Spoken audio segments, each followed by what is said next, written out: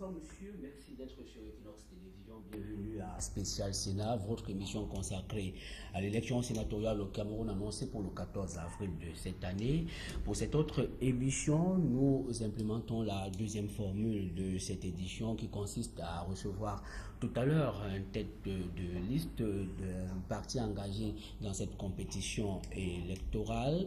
En première partie, nous allons commenter l'actualité politique avec notre expert et nous reviendrons dans la seconde partie avec notre tête de liste. Et ce soir, Moseli Ndjebayi qui conduit la liste UNDP dans la région du littoral. Moseli Ndjebayi qui va être interrogé par nous ici, journalistes et autres experts. Madame, monsieur, je vous retrouve pour la première partie de cette émission juste après l'indicatif.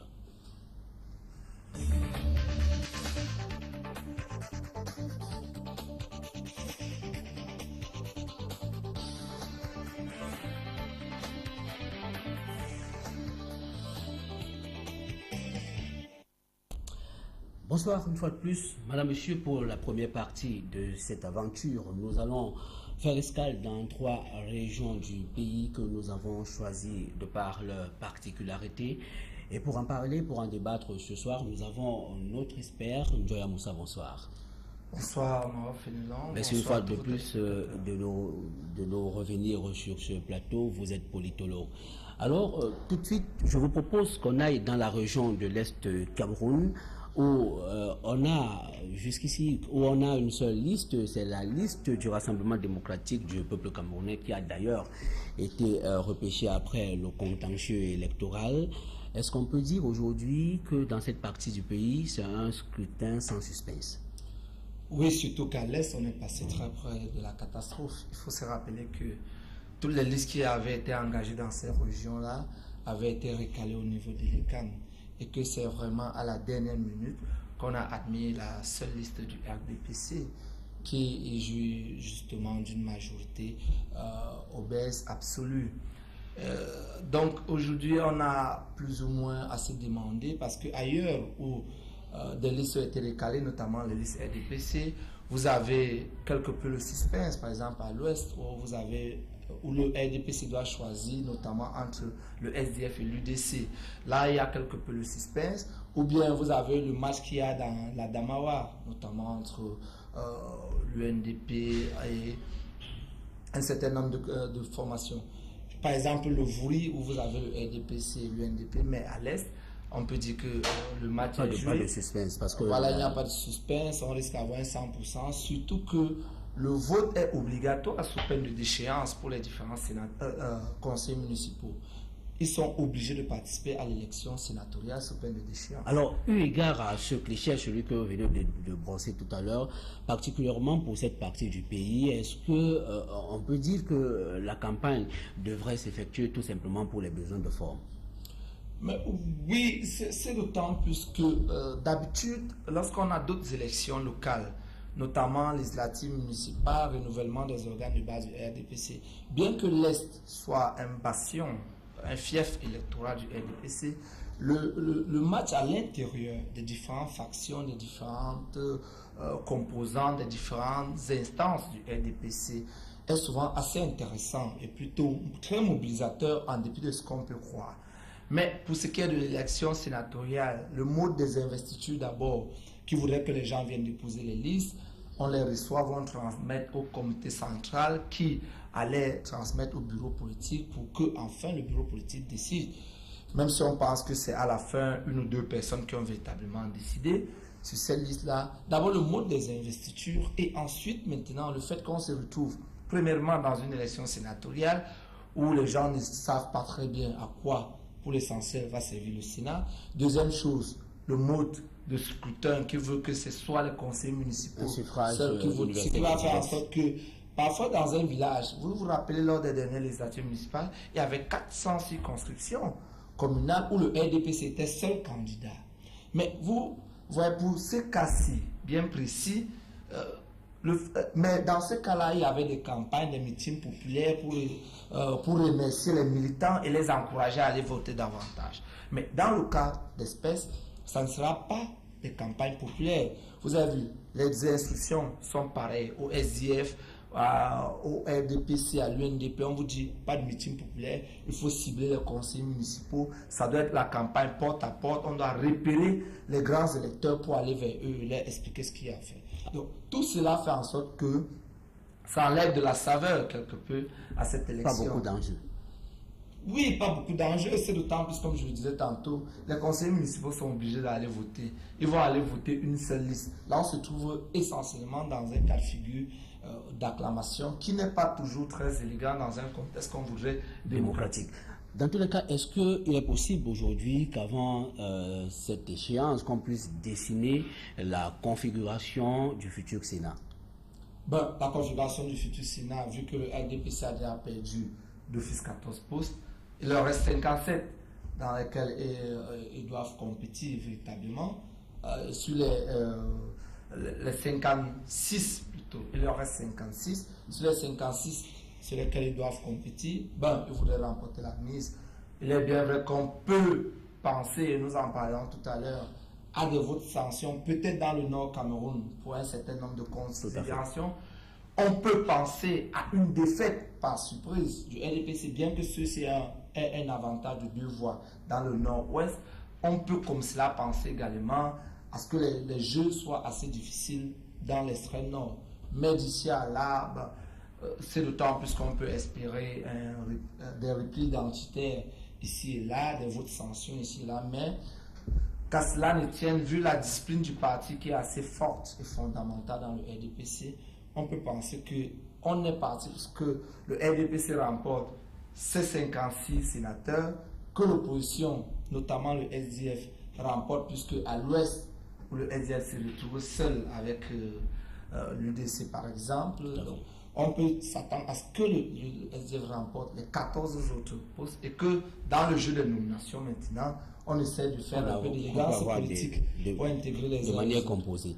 Mais dans tous les cas, il est sûr d'une chose, c'est qu'on est aujourd'hui loin de ce Sénat monocolore qu'on avait annoncé.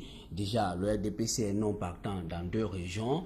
Dans les autres régions, le RDPC pourrait composer avec les autres formations politiques. Donc, du coup, on s'achemine vers un Sénat multicolore.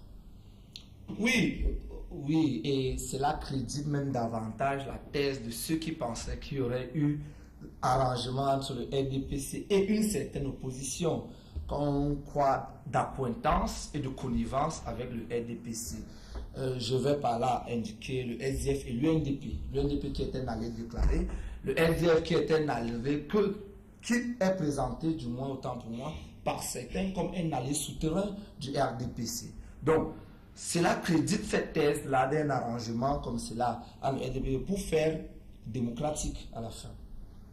Alors, je vous propose maintenant d'aller dans la région du Nord où une certaine presse, plus précisément le quotidien Mutation, a craint ce matin qu'on ne puisse avoir un vote sanction de ce côté du fait de ce spectre de Iya Mohamed qui a été épinglé par le Conseil de discipline budgétaire et financière. Est-ce que ce cliché est vraisemblable? Il faut rappeler que depuis un certain temps, l'Ouest donne, le Nord, tant pour moi, donne des sérieux soucis au parti des Flammes. Rappelez-vous, au lendemain de l'arrestation de Marafa Amidou Yaya, il a fallu dépêcher une délégation avec la tête, le non moins Jean Coueté, secrétaire général du comité central du RDPC, pour aller comme cela. Vous avez les Talba Mala, un ensemble, les Ali Mayatou, un ensemble de hauts dignitaires du RDPC qui sont allés comme cela sur le terrain, rassurer les populations parce que justement, au lendemain, il faut savoir que Marafa c'était quand même légèrement stabilisateur dans la région, c'est-à-dire c'était vraiment une figure très centrale dans la vie politique du RDPC, surtout dans le Nord et surtout à Garoua. Et vous avez toute la démonstration, et ce n'est pas au hasard qu'il a procédé à cette démonstration de puissance au lendemain de sa sortie du gouvernement, où il est allé à Garoua faire un meeting monstre et au lendemain de son arrestation, il a fallu vraiment surveiller de très près cette région par les dignitaires du RDPC et même quelque peu les instances sécuritaires de notre pays. Cela s'est encore accentué après sa condamnation à 25 ans de prison. Il faut dire que cela arrive après l'arrestation d'Aman Adama, qui était également, appelons-nous, l'image de femme déterminante dans la vie du RDPC, ne serait-ce que pour ce qui concerne la Bénin et par-delà la région du Nord Cameroun. Lorsqu'on ajoute, on prend ces deux arrestations, Marafa pour les hommes ou bien pour l'ensemble, et de l'autre côté, Aman Adama qui jusqu'aujourd'hui n'est pas véritablement encore jugé, et que le cas Iya Mohamed se présente sous des configurations plus ou moins inquiétantes parce que d'aucuns pensent que c'est un complot visant à l'extraction de l'Afrique Food, visant à régler d'autres problèmes que ceux qui sont évoqués évidemment par le contrôle supérieur de l'État. On peut comprendre comme cela que les craintes se multiplient pour une frustration des populations du Nord Cameroun qui justement, on se retrouve là dans un cas de figure où il y a une liste en course qui est concurrente et qui a la particularité d'être... Alors, vous avez le sentiment que les conseillers municipaux RDPC pourraient, le moment venu, s'émanciper des consignes de vote données par leur parti? Oui, ce d'autant plus que la vie des partis politiques dans notre pays n'est pas très structurée. Pour preuve, lorsque vous voyez ce qui était arrivé au RDPC, malgré tous les filtres qui étaient censés avoir été mis sur pied, notamment la commission d'accueil, de réception et d'évaluation des candidatures, la commission centrale de supervision, la commission nationale des investitures. Mais qu'on se retrouve avec ce qu'on a vu là, des candidats qui n'avaient pas l'âge requis, les candidats qui n'avaient pas la nationalité, les candidats qui ne déposaient pas leur déclaration sur l'honneur, et j'en passe. Lorsque vous prenez tout cela, c'est valable pour l'UNDP, l'ANDP, l'UDC, le FNSC, le MDR, etc. Vous comprenez tout de suite que la vie des partis n'est pas assez organisée. Les partis ne sont pas véritablement cette machine bureaucratique et administrative qu'ils devraient être. Et partant de cela, la discipline, l'intériorisation des idéologies, suivez les discours des leaders, les dissensions au sein, même au niveau du RDPC, vous vous rappelez ces fameux congrès, on dirait qu'il faudrait que les gens arrêtent de danser et commencent à penser. Donc, lorsqu'on vous parle que pour quelqu'un veut être candidat, et on vous fait savoir que celui-là n'a pas cotisé dans son parti depuis 10 ans. Vous avez vu les rappels à cotisation qu'il y a eu en masse dans un certain nombre de formations politiques, notamment au RDPC. Donc, vous voyez en sorte que la vie politique des partis n'est pas comme on s'attendrait et que par là, la discipline et l'intériorisation de l'idéologie des idéaux du parti, au-delà des clameurs, des slogans, des déclarations des uns et des autres, n'est pas toujours ce qu'on croit. Alors, est-ce qu'il y a péril en la demeure? Sur quel instrument est-ce que le RDPC pourrait jouer de quel instrument pourrait-il se prévaloir pour corriger autant de frustrations avant l'échéance du 14 avril prochain? Il faut dire que les éléments sont assez limitatifs.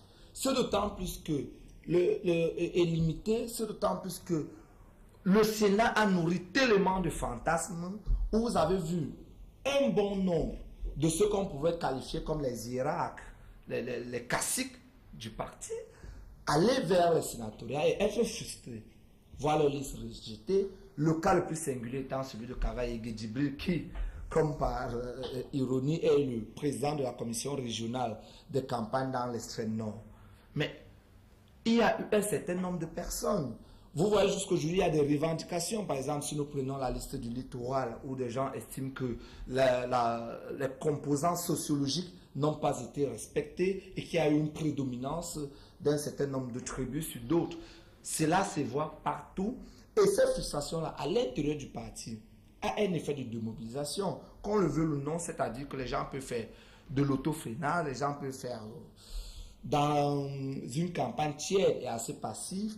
Et bon, ce qui fait en sorte que les armes, les éléments de jugulation de cette frustration-là, pour l'instant, pour le RDP, ce sont la seule arme qui reste actuellement, c'est que chacun des caciques estime que, comme on ne m'a pas investi, peut-être le chef de l'État, qui est généralement l'ami de tel ou de tel autre, va procéder à la nomination. Et ce n'est que l'arme de la nomination qui va concourir à maintenir la paix et la discipline dans les rangs du RDPC. Alors, dans le Nord, on constate que c'est une réalité. Le RDPC est en compétition avec deux autres formations politiques, l'UNDP et puis le SDF. Est-ce que si jamais les inquiétudes que le quotidien Mutation a pu peindre ce jour viennent à être fondées, est-ce que la situation pourrait être profitable à l'UNDP et au SDF? Surtout à l'UNDP. C'est ce que je disais tout à l'heure. C'est-à-dire que dans la configuration, vous avez des frustrations qui sont accumulées depuis pratiquement 2 ans ou 3 ans dans cette région due à l'arrestation de tel ou tel fils du coin, au fait que vous avez vu les titres d'un certain nombre de journaux, notamment l'Heure du Sahel, qui au lendemain du remaniement a crié à l'ingratitude carrément, il faut dire les choses comme ça, à l'ingratitude du président Paul Biya, en ce sens où ils avaient perdu un certain nombre de pôles de domination dans le gouvernement du Cameroun.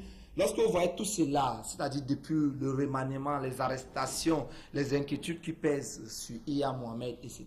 Quand vous prenez tout cela et vous voyez encore le fait que le RDPC est en face de l'UNDP et que les jeux entre l'UNDP et le RDPC n'ont pas toujours été très clairs dans le Nord, surtout en ce qui concerne la Benue, parce que dans les autres départements, ça a été souvent moindre. Mais pour ce qui concerne la Benue et dans une certaine mesure le Mao-Loti, le jeu n'a pas toujours été clair entre le RDPC et l'UNDP. Ce qui fait en sorte que là, on peut avoir des sérieuses raisons de craindre. Mais comme je l'ai dit tantôt, les uns et les autres peuvent jouer quand même la discipline du parti en espérant qu'après les élections, ce sera la nomination. Voilà. Encore qu'il y aura d'autres choses, c'est-à-dire que c'est la période des emplettes, il y aura les législatives, il y aura les municipales. Et pour sortir de la première partie de cette livraison, je vous propose d'aller maintenant à l'extrême nord du Cameroun. Des sources ont annoncé, et puis ça a même été repris par la presse,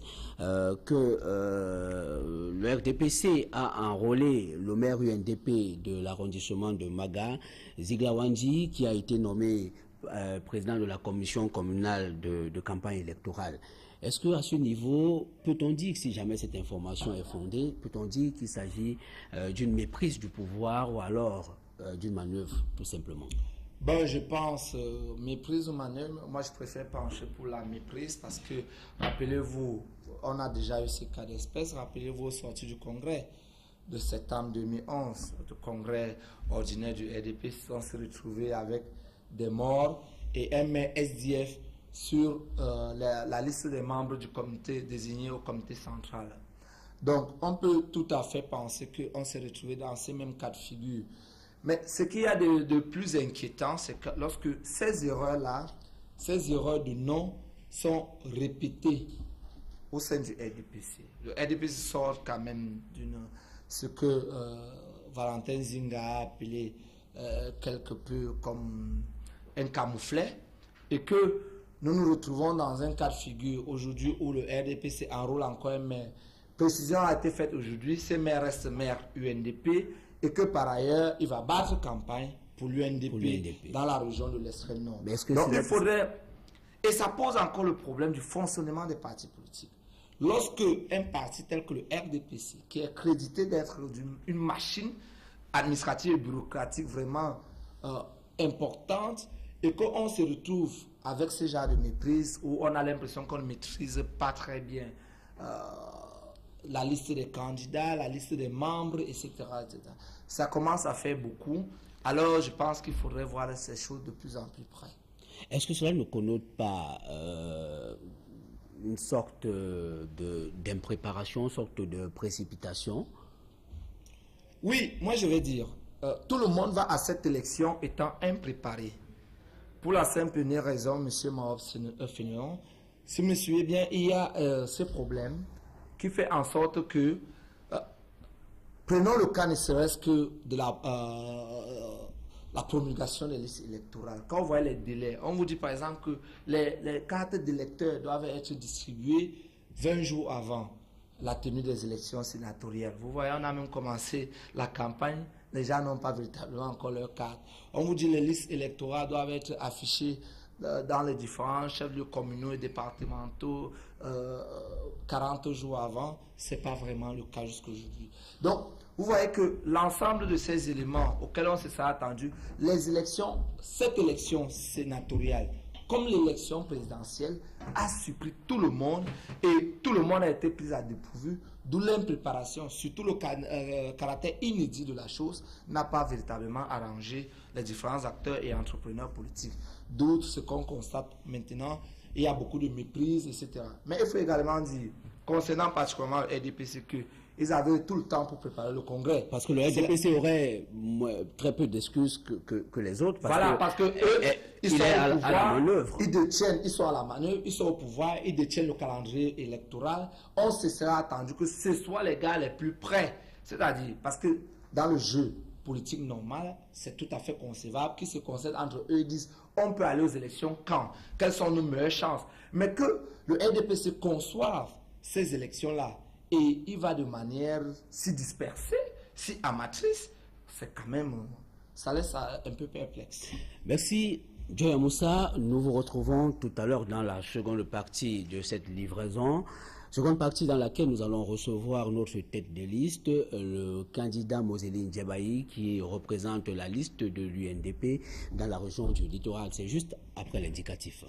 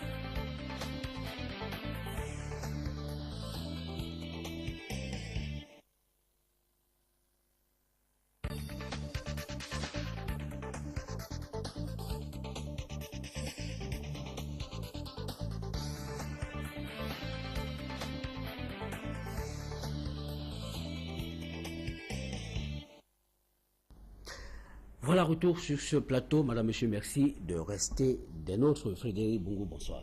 Bonsoir, Frédéric. Vous êtes journaliste, rédacteur en chef du quotidien Le Messager. Merci d'avoir accepté ce rendez-vous avec vous et avec tout le reste. Nous allons interroger Moseli Ndjebayi. Bonsoir. Bonsoir, Fénélon. Vous êtes membre du bureau politique et du comité central de l'UNDP, un parti en compétition dans la région du littoral pour les sénatoriales annoncées pour le 14 avril de cette année. Un parti en compétition dans la région du littoral, en compétition avec le RDPC.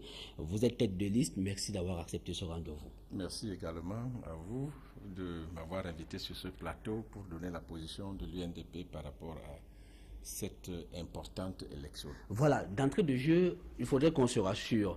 Le maire de UNDP de Maga a-t-il renoncé à la nomination qui lui a été accordée par le RDPC? Je n'ai pas cette information jusqu'à l'heure. Je m'attelais beaucoup plus à ce qui concerne la région du littoral, donc je ne peux pas à l'instant répondre à votre question. Bon. On revient à la région du littoral où vous conduisez la liste de votre parti, l'UNDP qui est en compétition avec seulement le RDPC, le Rassemblement démocratique du peuple camerounais, le parti au pouvoir, après le rejet et la confirmation du rejet de la candidature du SDF. Est-ce que lorsque vous avez appris cette nouvelle, cela vous a contenté? Vous avez dit à quelque chose, malheur est bon. Non, contenté, c'est un peu trop dire. Je voudrais tout simplement dire que c'est une première victoire de l'UNDP parce que nous avons constitué une liste qui a été validée par la Cour suprême. Mais pour revenir à la question que vous venez de me poser tout à l'heure, nous regrettons que certaines formations politiques n'aient pas eu, n'est-ce pas, la chance de compétir, surtout dans la région du littoral, qui est une région sensible, cosmopolite, avec tout ce que cela comporte comme effet induit.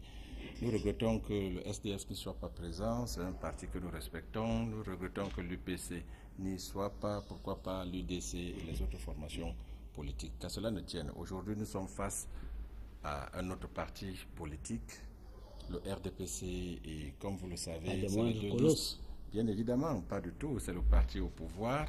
bien évidemment, mais qui, pour une élection comme celle-ci, qui est une élection particulière, qui est une élection importante, qui n'est pas dont le suffrage est indirect, c'est différent des élections populaires, populistes, comme les municipales et les législatives. Et nous supposons aussi que la campagne électorale que vous battrez sera tout à fait particulière. Comment est-ce que vous l'entrevoyez dans la région, dans la circonscription électorale où vous vous êtes présenté? Nous avons commencé, c'est pour cela que je dis que nous nous félicitons déjà.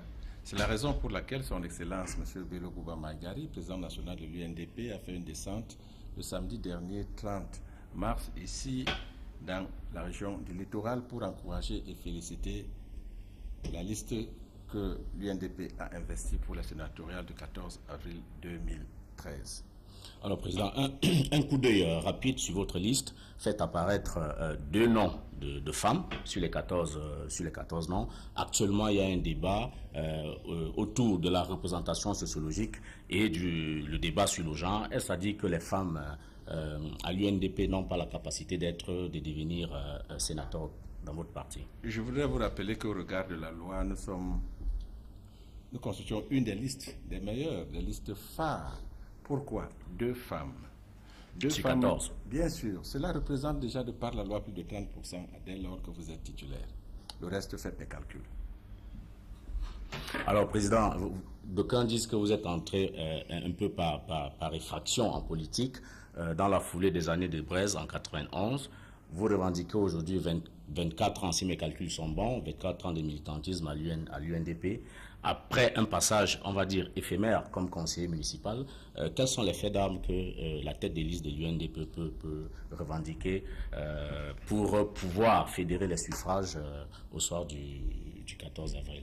C'est l'occasion pour découvrir une fois de plus M. Djebaï. Bien évidemment, je suis militant de l'UNDP depuis 1991. Par comment j'ai été à la suite des relations avec un de mes grands frères, M. Mbou Guillaume, qui, commissaire aux avaries, était venu membre de l'UNDP quand on a créé ce parti. Il est venu à mon bureau, j'étais responsable d'un service transit au placé du Cameroun. Il m'a proposé, n'est-ce pas, d'adhérer dans un parti et que je devais, en 1992, être sur la liste de l'UNDP. Donc j'ai déjà été candidat aux législatives depuis 1992 où j'étais classé 3e sur la liste et à l'époque l'UPC avait eu 5 députés, l'UNDP et le RDPC 2 députés. Je pourrais, malheureusement le temps ne nous le permet pas de vous décrire dans quelles conditions les 2 partis, le RDPC et l'UNDP, se sont partagés 2 sièges. Oui, Monsieur Djebaï, moi ce qui m'intéresse c'est que l'électeur que je suis, si je suis par exemple électeur, quelle différence faites-vous aujourd'hui entre le RDPC et l'UNDP? Quelle est la différence fondamentale que vous pouvez me démontrer pour que moi j'opte plutôt pour l'UNDP que le RDPC? Bien, la question que vous me posez est très intéressante. Lorsqu'on crée un parti politique, c'est pour conquérir le pouvoir ou partager le pouvoir. Pour l'amélioration des conditions de vie des populations. Voilà les 3 raisons fondamentales. Pour me poser cette question, je vous rappelle que nous sommes partenaires stratégiques du RDPC. Partenaires pour le RDPC étant au pouvoir pour améliorer, n'est-ce pas, la gouvernance. La gouvernance, par exemple, nous aurons à voir au niveau du Sénat, si jamais je suis élu, mais j'espère que je le serai, pour voir par exemple au niveau de la Constitution, puisque aujourd'hui nous sommes sur presque 2 constitutions. Donc l'UNDP, un parti républicain, un parti qui s'engage. Depuis 1992, nous assistons à toutes les élections. Je dis bien toutes les Sauf élections. La présidentielle. La présidentielle, parce que nous avons soutenu un candidat à travers son projet de société. Qui est le président Paul Biya. Mais bien évidemment, il D'accord, est quelle différence faites-vous aujourd'hui, vous qui avez soutenu le président Paul Biya en 2011, lors des élections d'octobre 2011, quelle différence entre le RDPC et l'UNDP? Pour vous permettre de continuer davantage, cela vous permettra de répondre éventuellement à ceux qui pensent qu'on a éliminé le SDF parce que le RDPC craignait un vote sanction et qui savait que de toutes les manières, UNDP, RDPC, c'est blanc, bonnet, bonnet, blanc. Non. Le dire, ce serait très facile, mais je voudrais vous dire, et je vous ai dit ça tout à l'heure, que lorsqu'on crée un parti, on a des objectifs et des ambitions. Donc nous avons un parti qui est un parti à part entière. Nous avons une alliance avec le RDPC. Mais nous avons également des relations avec les autres partis. C'est ça la démocratie. D'accord, pour permettre à mes autres panélistes de continuer, vous avez dit que vous avez des relations avec d'autres partis. C'est intéressant. Mais d'aucuns pensent que votre partenariat avec votre plateforme de gouvernement avec le RDPC se limite juste à la distribution de quelques postes et notamment à l'accès à quelques strapontins et prébendes. Ce qui fait en sorte que cette plateforme a été véritablement critiquée il y a quelque temps par les militants de la base qui estimaient que M. Bello, M. Flambon Gayab et M. Nana Diallo consort, ils mangent, ils se taisent et ils ont laissé le parti tomber. Je regrette déjà, M. Pierre Flambon Gayab est secrétaire général de l'UNDP, il n'est pas membre du gouvernement ni assimilé. Non, on parle de prébande. Prébande par rapport à quoi? Je voudrais revenir sur la genèse de l'UNDP, créée depuis 1991. Je vous ai dit que l'UNDP participe depuis 1992 à toutes les élections. Vous vous rappelez la fameuse, je crois qu'à l'époque, vous n'étiez peut-être pas encore comme vous l'êtes aujourd'hui, où le Cameroun était presque à feu et à sang. Nous avons pris le courage d'aller affronter l'élection, monsieur, en 1992. Donc il y a eu la première victoire, l'apaisement social, reconnaître l'élu. Parce que le Cameroun a semblé à un moment ou à un autre... Participant législatif en dépit en de 1992. ce que vous étiez dit avec le SDF et l'UDC. Mais bien évidemment, et l'UPC. Donc c'est parti en dehors de SDF qui n'a pas pris part aux élections. L'UNDP a manifesté, n'est-ce pas, sa position de parti républicain pour assister. Donc nous avons apporté quelque chose. Il ne faut pas juger un parti en termes de prébande ou en termes de poste ministériel. Il faut voir la vision d'un parti, l'espoir qu'un parti peut donner. Quelle est la position à un moment ou à un autre que le parti peut prendre par rapport à l'environnement socio-politique? C'est le plus important. C'est le plus important pour nous. Il s'agit bien sûr des hommes et des femmes dans le cadre du partage de pouvoir, comme je vous l'ai dit tout à l'heure, c'est améliorer les conditions de vie des populations. Vous auriez souhaité que le Cameroun plonge comme d'autres pays? Non. La question, je vous la renvoie. Ben, il s'agit juste, il se pose un problème simple. Vous étiez entendu avec les autres formations de l'opposition à ne pas aller aux élections municipales et législatives de juin 1992. Vous êtes allés et depuis 1992, on considère que l'UNDP a trahi les autres formations de l'opposition. Non, trahir, le mot est très fort pour dire que nous avons trahi. Nous avons trahi qui?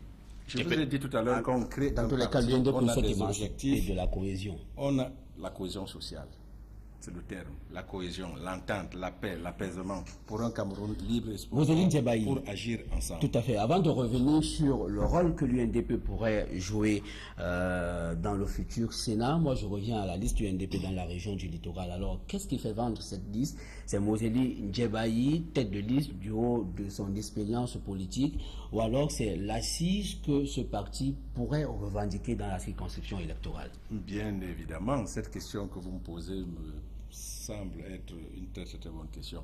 Non, Ndjebayi conduit une liste avec des camarades, hommes et femmes qui ont des potentialités, qui ont des valeurs, qui ont la probité morale.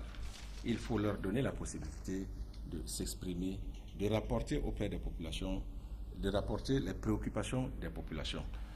Quand on est à ce niveau, au niveau du Sénat, on est au-delà des partis politiques. C'est pour cela que, du point de vue arithmétique, l'UNDP n'aurait pas eu la prétention de se présenter dans la région du littoral. Mais nous avons à défendre une idéologie, l'espoir et la conviction. Je vais vous rappeler quelque chose. Le chef de l'État, c'est pour cela que lorsque vous parlez de l'alliance RDPC-UNDP, a eu à faire une déclaration, des interviews. Je vous donne la démocratie. Il s'adressait aux Camerounaises et aux Camerounais. Après, il nous dit, s'il te plaît, il est où? Après, il nous dit, c'est un long processus. Voici 17 ans. 17 ans que nous avons attendu les sénatoriales. Elle est là aujourd'hui. Qu'est-ce qu'il faut faire? Il faut un toilettage des textes. Donc un sénateur, lorsqu'il est élu sénateur, ce n'est plus un parti politique en tant que tel. Il est au service de la nation. Voilà la position de l'UNDP par rapport au candidat Ndjebayi et la liste qu'il conduit. Est-ce qu'il suffit aujourd'hui seulement de brandir la perche de l'espoir pour la population?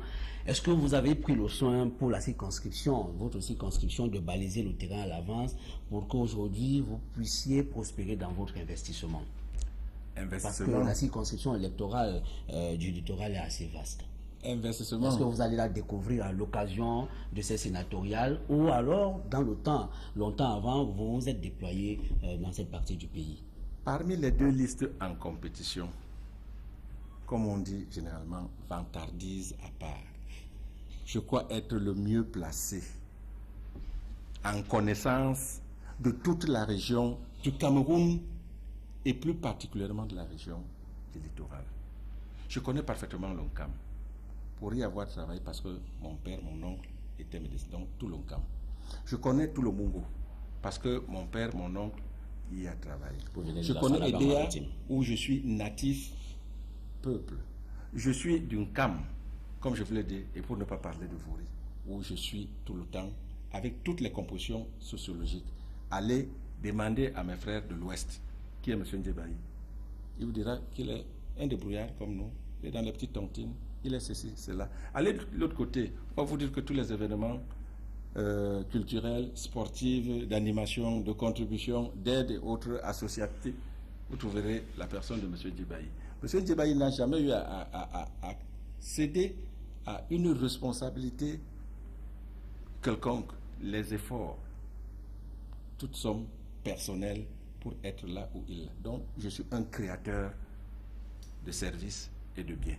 Je suis donc à même d'être une force de proposition, ainsi que les camarades qui constituent notre liste. Parce que là, nous avons, comme le Babatoutoué, entrepreneur, comme le Barkusu, agent à la Caisse nationale de prévoyance sociale qui connaît les problèmes sociaux, comme la Ikanga, qui est cultivateur, comme le professeur retraité et Banda, qui est un professeur d'université retraité, un Douala, 100%, qui est dans notre... Non. Nous avons constitué une liste qui regorge toutes les couches sociales. Parce que je vous ai dit que le rôle primordial du sénateur, non seulement le toilettage des textes pour que la Constitution de 92 et de 96, qui semble faire le double emploi, mais également de rapporter les préoccupations des populations pour l'amélioration de leurs conditions de vie. Et j'irai plus loin, nous sommes mieux placés que quiconque pour la décentralisation, parce que nous avons parmi nous ceux qui ont été des anciens conseillers, ceux qui sont des conseillers. Le conseiller, le grand électeur, il est à la base du développement politique, social et culturel, parce que c'est lui qui vit avec les populations. C'est pour ça que je vous l'ai dit tout à l'heure en termes numériques, que notre présence à cette élection n'est pas une présence arithmétique, mais nous avons affaire à une espèce de toilettage, parce que le conseiller municipal, le grand électeur, c'est lui qui vit quotidiennement avec la population. Donc, dans le cadre de la décentralisation, mieux que ceux-là ou celles-là, je ne trouve pas. Dans tous les cas, jusqu'ici, on reste dans le discours. On reste dans le discours. Monsieur Ndjebaï, vous avez été, vous dites que vous voulez être une force de proposition. Vous avez été conseiller municipal, c'est-à-dire élu local. Quel est le bilan que vous revendiquez aujourd'hui? Pourquoi voudriez-vous que ces grands électeurs-là vous fassent à nouveau confiance? Et tant entendu que, et là je prolonge la question de Njoya Moussa, tant entendu qu'aujourd'hui l'image de l'UNDP est assez brouillée dans l'opinion, à tel enseigne qu'on ne fait plus vraiment de différence entre l'UNDP et le RDPC. Quel est le bilan que vous revendiquez en tant que conseiller? Qu'est-ce que vous avez fait pour les populations de Douala? Pour les populations de Douala. Quelle question, quelle belle question. D'abord, M. Ndjebaï, je vais faire quelque chose que je vais vous dire tout à l'heure.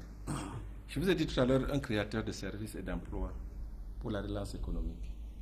Je suis l'un des premiers syndicats présidents des commissionnaires agréés en douane et transitaires où j'ai mis sur pied avec certains de mes camarades, tels que les PAMI, tels que les Tchatchoua, les Bouamina, les SOM, et autres, un syndicat professionnel des commissionnaires agréés en douane et transitaires, qui n'avait jamais eu lieu.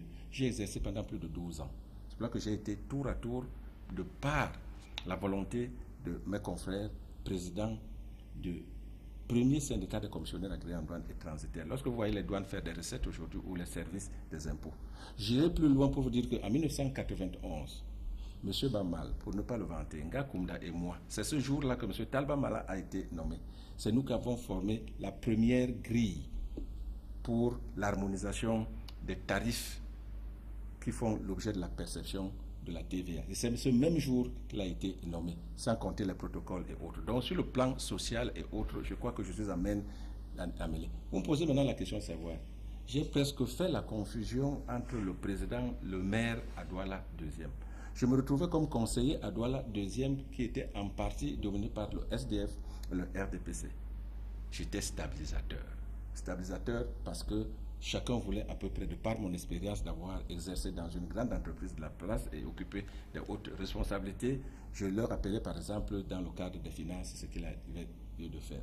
Donc à chacune des réunions, j'étais confondu. On ne savait pas si j'étais de l'UNDP, du SDF ou du RDPC.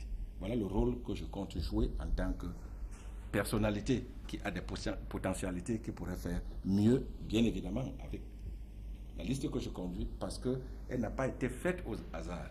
S'il fallait rentrer dans cette liste, qui dit mieux? Il fallait batailler. Qui dit mieux? Alors, Président, vous nous ramenez peut-être à votre partenariat avec le RDPC. Ça fait un peu plus de 20 ans que ce partenariat existe. Quel est le bilan que vous en tirez personnellement? Parce qu'on sait à un moment donné qu'il y a eu une grogne au niveau de la base. Et d'ailleurs, lors de votre dernier congrès, les responsables du RDPC ont dû notamment venir avec votre président apaiser un peu les uns et les autres, rassurer, absolument, rassurer vos camarades qui étaient inquiets. Quel est le bilan que vous faites de cette plateforme? Un bilan positif. J'ai eu l'avantage d'être le président de ce congrès. Donc j'étais au cœur de l'action. J'étais le président du congrès. Donc au cœur du pacte avec le secrétaire général. Absolument. RDPC. Un partenariat. Qu'est-ce qu'on appelle partenariat? C'est un débat d'idées. Nous ne sommes pas des affiliés de RDPC. Non, nous sommes une force de proposition. C'est un partenariat. Je vous dirais par exemple là tout à l'heure que nous avons de ceux qui ont voté la mise en place d'élections au Cameroun. On a critiqué. Aujourd'hui, on s'en rend compte qu'au fil du temps, il y a des nets. Ça marche pas bien. Marcher très bien, c'est un processus, on apprend toujours à faire. C'est quand on a fait quelque chose qu'on doit amener des critiques pour pouvoir améliorer. On ne peut pas d'office dire que ça ne va pas. Quand il y a quelque chose de bien, qui n'est pas encore bien, il faut encourager. Mais en l'occurrence, monsieur Ndjebaï, le RDPC, le président du RDPC ne vous a pas consulté pour lancer les sénatoriales. Est-ce que vous considérez ça comme un tacle par derrière? Parce que vous avez été... Le président Biya, c'est pour ça que je vous ai dit tout à l'heure qu'en termes de calcul arithmétique, nous ne serions pas. Il est le président de la République. Il aurait pu intervenir pour que le RDPC ne soit pas disqualifié dans l'Ouest ou bien dans la Damawa. Il a laissé les choses parce qu'il a besoin. Je vous ai parlé tout à l'heure des compétences. Je vous ai parlé tout à l'heure des personnes, des hommes et des femmes qui ont la force de proposition, qui ont la conviction. Je vous ai rappelé les interviews du chef de l'État quand il dit « je vous donne la démocratie ». Ça veut dire que je doute fort. Parce que lorsque tout à l'heure, j'ai suivi votre intervention à la télévision, vous parlez de mots d'ordre. C'est dépasser ce qu'on appelle mot d'ordre quand il y a la démocratie, quand on a besoin des potentialités, des valeurs. Le mot d'ordre n'existe plus. Chacun est libre. C'est pour cela que la démocratie est une bonne chose. Voilà la position de l'UNDP. Sur le tableau, on met 2 listes, on met des candidats.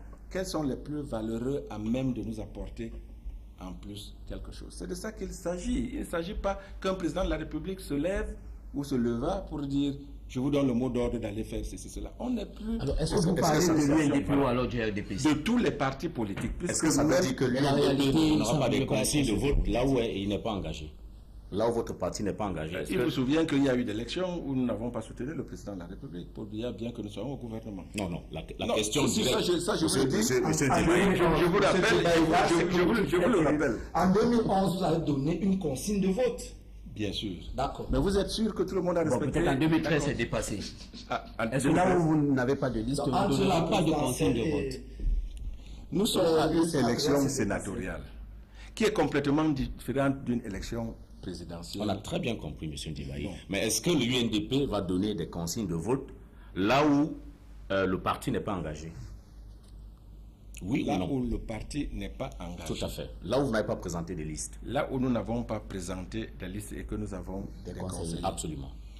Il s'agit pour l'UNDP de choisir les meilleurs.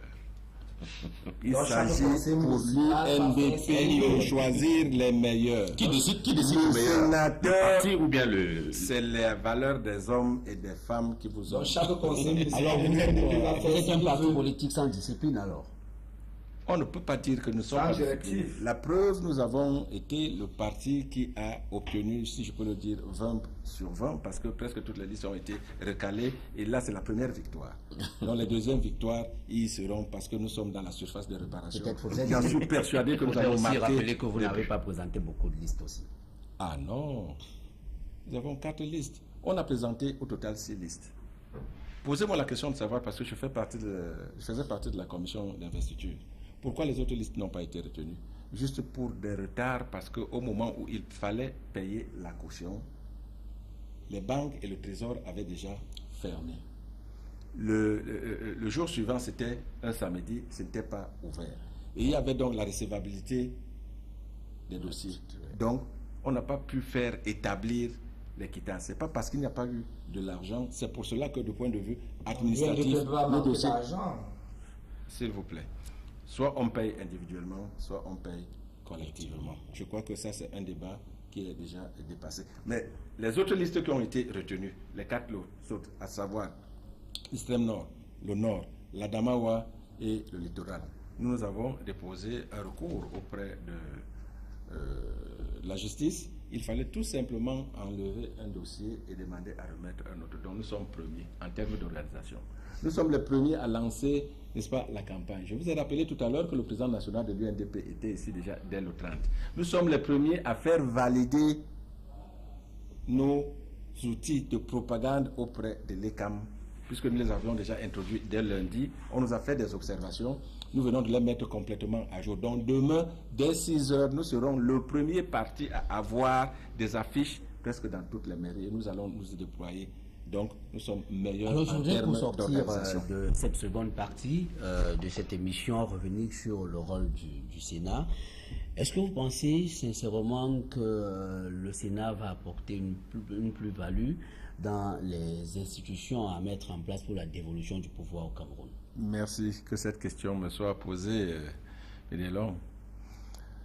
Dans mon propos liminaire tout à l'heure, je vous ai dit que à la date d'aujourd'hui, à ce que je sache, nous sommes assis sur 2 constitutions. Celle de 72 et de 96. Je ne suis pas juriste. Il y a les décrets, il y a les amendements. On ne se retrouve presque pas. Il faut toiletter. Il faut un tamis. Il faut faire quelque chose. C'est donc le rôle du Sénat. Le Sénat qui est la chambre haute en matière de décentralisation, voir comment les régions, les communautés vont être gérées. Je vous rappellerai que le gouvernement, sinon l'État du Cameroun a une institution dont si je suis demain sénateur, je m'y déploierai davantage. Le programme national de développement participatif qui est au cœur de la décentralisation et du développement économique et politique de ce pays. Je m'y attellerai parce que quand on voit déjà les effets induits de cet organe par rapport à la méthode de travail, par rapport à la méthode de gestion, est-ce qu'ils ont tous les outils en termes de règlement, de loi pour que les populations, parce que jusqu'à aujourd'hui, nous souffrons énormément. Moi, je suis issu d'une famille très pauvre, trop pauvre.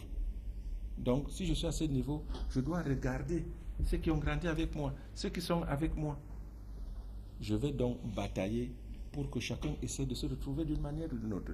Voilà pourquoi je suis entré en politique et dans un parti politique, pas pouvoiriste en tant que tel, mais pour apporter ma modeste contribution dans l'amélioration. Vous pensez que le Sénat ferait ce que l'Assemblée nationale n'a pas pu faire, d'autant plus que les 2 chambres, de manière principielle, ont pratiquement les mêmes fonctions, la fonction de légiférer et puis la fonction de contrôle de l'action gouvernementale. Il faudra harmoniser.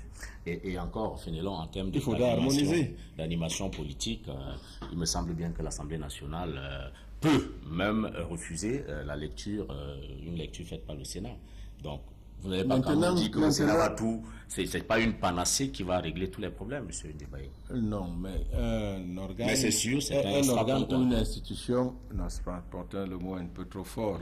Un organe ou une institution de stabilisateur, d'un tamis, de régulation, pour pouvoir regarder et donner des orientations. Est-ce que l'applicabilité ou la matérialisation de ces objectifs sont atteints? Voilà le rôle du sénateur. Donc, il faut préciser à ceux qui nous regardent que lorsqu'on dépose par exemple des textes de loi et que l'Assemblée nationale vote un texte de loi, le président de l'Assemblée nationale transmet au Sénat qui fait des amendements et qui peut même rejeter le texte de loi. Seulement lorsque vous le faites, vous renvoyez à l'Assemblée nationale qui tranche. C'est-à-dire que sur vos amendements, l'Assemblée nationale peut dire que nous on passe outre à la majorité simple et disent que tout ce que vous avez dit, ça ne nous sert à rien. Absolument. Et que en cas de rejet à la majorité absolue, les députés peuvent toujours dire que ce que vous avez dit là ne nous sert à rien, on maintient notre cap. Et dans un bras de fer entre le Sénat et l'Assemblée nationale, c'est l'Assemblée nationale qui l'emporte. Mieux encore, lorsque vous réunirez en congrès, et je n'ai pas compris pourquoi certains voulaient partir à l'Assemblée nationale pour le Sénat, c'est le bureau de l'Assemblée nationale qui préside les travaux. Ce sont ces précisions-là pour arriver à une chose. Au Sénégal, par exemple, on a constaté que dans cette dynamique-là, le Sénat ne servait à rien. Bien au contraire, on aura bientôt au Cameroun, et nous y reviendrons lors de nos prochaines éditions. Sans sénateur, ça sera égal autant de Prado, autant de gardes du corps pour le bureau, des domiciles qu'il faudra trouver pour les uns et les autres, des bureaux qu'il faudra équiper, un personnel qu'il faudra recruter, un budget qu'il faudra adopter, somme toute. Je dis, si vous me permettez de terminer, tout cela, pensez-vous que le Sénat, aujourd'hui, est utile dans l'armature institutionnelle du Cameroun? Le Sénat est utile. Premièrement, je ne sais pas pourquoi vous avez toujours une approche de quelque chose défaitiste. Le Cameroun n'est pas le Sénégal. Le Cameroun n'est pas le Tchad. Le Cameroun n'est non plus la République centrafricaine. Le Cameroun, c'est le Cameroun où nous avons des spécificités. Je vous ai dit tout à l'heure, quand on regarde de manière macro-politique les institutions du Cameroun, nous sommes presque assis sur deux constitutions, celle de 72 et celle de 1996. Il faut un toilettage des textes. Ce que vous êtes en train de dire est fondamental. Le sénateur vient donc comme un organe de régulation pour que tout cela soit harmonisé. Nous ne sommes pas des fessistes. C'est pour cela que j'ai dit tout à l'heure qu'au Cameroun, il y a l'importance du Sénat parce qu'il faut mettre toutes les institutions en place. Lorsqu'on parle par exemple du cumul des postes, on aura un œil de veille pour s'assurer est-ce qu'il n'y a pas de doublons, est-ce qu'il n'y a pas un certain nombre de choses pour attirer l'attention, n'est-ce pas, du gouvernement ou de ceux qui gèrent l'État pour leur dire que un maire a été nommé 2 fois, il est encore directeur quelque part, un PDG ou ceci, cela, où il y a des doublons ou tout un tas de choses. Il faudrait d'une manière ou d'une autre qu'on en arrive à améliorer tout cela. Ne regardez pas le sénateur, permettez s'il vous plaît, en termes de quelqu'un qui achète le Prado, en termes de quelqu'un... C'est une réalité. Oui, mais pour M. Ndiaye. Non, c'est le coût pour le contribuable. Il ne s'agit pas de M. Ndiaye. Quand on crée des richesses et qu'on a au-devant, il faut également mettre à l'aise les Camerounaises et les Camerounais. C'est ce qui fait. Non, pas du tout. Pas en ce qui me concerne, bien évidemment, et bien d'autres. Mais je pense que lorsqu'on est créateur de richesse, quand on cherche à améliorer les conditions de vie des populations, lorsqu'on crée, c'est pour cela qu'il y a la croissance. Quand tout le monde peut évoluer, quand tout le monde peut manger à sa faim, quand on a un regard sur l'éducation ou sur un nombre de choses, quand on améliore la condition de vie des populations. C'est pour cela que je vous ai dit tout à l'heure que quand on crée un parti, l'objectif primordial, comment faire pour améliorer la condition de vie des populations. Et pour terminer, M. Ndiaye, rassurez-nous, vous avez combien de conseils municipaux dans le littoral? Les conseils municipaux. Si vous-même vous êtes conseiller municipal, je crois que vous allez nous élire par rapport au... Non, je dis ça, on avait combien? Vous permettez, s'il vous plaît, nous avons plus d'une vingtaine de conseillers. Ça ne sert à rien de vous dire que nous avons 2 à tel endroit, 4 à tel... Il y a 957 grands électeurs qui ont, à des niveaux différents, intellectuels et autres. Ils ont la lisibilité du pays et des candidats qui sont en face d'eux. Me poser la question, je ne viens pas ici en termes arithmétiques ou un calcul pour dire que j'ai de conscience. Je ne suis pas dans la conscience. S'il vous plaît, je ne suis pas dans la conscience des électeurs. C'est des grandes personnes, c'est des personnes honorées. J'irai plus loin pour dire qu'ils auront la chance, pour ceux qui sont encore des conseillers, d'avoir élu le premier Sénat du Cameroun. C'est une référence. Alors, pour sortir peut-être, si tu le permets, la dernière question, plus prosaïquement, quel est votre pronostic? La balle est au centre. On pousse le ballon. Nous sommes dans les 18 mètres. Et le peuple, c'est vous et moi. On peut marquer le but. Ce n'est qu'ensemble, je dis bien ensemble, et pour la prospérité du Cameroun, pour la paix, nous tous, d'une manière ou d'une autre, on voit les énergies, les potentialités, les compétences, la manière de servir, l'éthique, la probité morale, etc., etc. Voilà quelqu'un qui peut nous amener à faire un plus. C'est de ça qu'il s'agira le 14 auprès des grands. Voilà, Moseline Ndiabaye, bientôt nous sortons de ce plateau. Vous allez reprendre la parole juste après moi pour quelques secondes. Vous allez présenter rapidement vos colistiers et puis vous allez vous adresser à vos potentiels électeurs. C'est dommage que vous-même vous n'en soyez pas un, mais vous êtes éligible, pas électeur. Donc, je vous remets la parole pour rapidement présenter vos colistiers et puis vous adresser aux électeurs potentiels. Merci, Fenelon, de me poser cette question, c'est donc de me donner la possibilité de présenter la liste UNDP qui va être certainement acceptée, qu'il est déjà par les grands conseillers, les conseillers municipaux. La tête de liste est bien évidemment la modeste personne qui est sur ce plateau, M. Ndiabaye. C'est un petit homme d'affaires quelque part, il se débrouille. Monsieur Toutoué Maurice, un homme d'affaires qui se débrouille, il est ressortissant de l'Ouest. Monsieur Manga Dissake Victor, il est Douala, de la minorité, si nous pouvons le dire, 100%. Monsieur Balkissou Tanko, une femme, une grande dame, qui est à la Caisse nationale de prévoyance sociale, qui est mieux placée pour connaître les problèmes de la femme, de la famille. C'est des choses à défendre au niveau du Sénat. Monsieur Changchou Georges, qui est un cadre dans l'administration. Madame Ngossing, épouse d'Ipoko, qui est Bakoko Mpo. Monsieur Hamadjam Bouba, qui vient de l'extrême nord. Monsieur Aliou Gambo, qui est Aoussa, il vient de Mongo.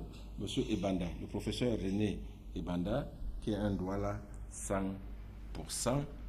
Dodo, c'est-à-dire au RIX, je me souviens bien, lorsque nous soutenaient la plus grande équipe du Cameroun, Monsieur Ekanga, il vient agriculteur, cultivateur, appelez-le comme vous voulez, qui vient de l'autre côté du Mongo, c'est un Mbo, il y a Mbia Dairo, un Peul, il y a Non Martin, Bakoko, il y a Monsieur Nyambi qui vient de Cam. C'est pour ça que je vous ai dit tout à l'heure que la composition de notre liste par rapport aux observations de la loi, aux indications, quand on regarde, nous avons respecté. Voilà. Vous avez présenté donc vos colistiers. Merci, M. Ndiabaye. Comme vous l'avez dit tout à l'heure, la balle au centre, nous vous souhaitons beaucoup de chance dans cette compétition. Merci d'avoir accepté d'ailleurs ce plateau. Merci Frédéric Bungu, vous êtes journaliste, rédacteur en chef au quotidien Le Messager. Merci Njoya Moussa, politologue et consultant permanent à ce plateau. Madame, Monsieur, merci de nous avoir suivis au nom de toute l'équipe technique. Merci sincèrement. Je vous retrouve demain lorsqu'il sera 20h30 pour une autre aventure et sera certainement avec d'autres acteurs. Au revoir.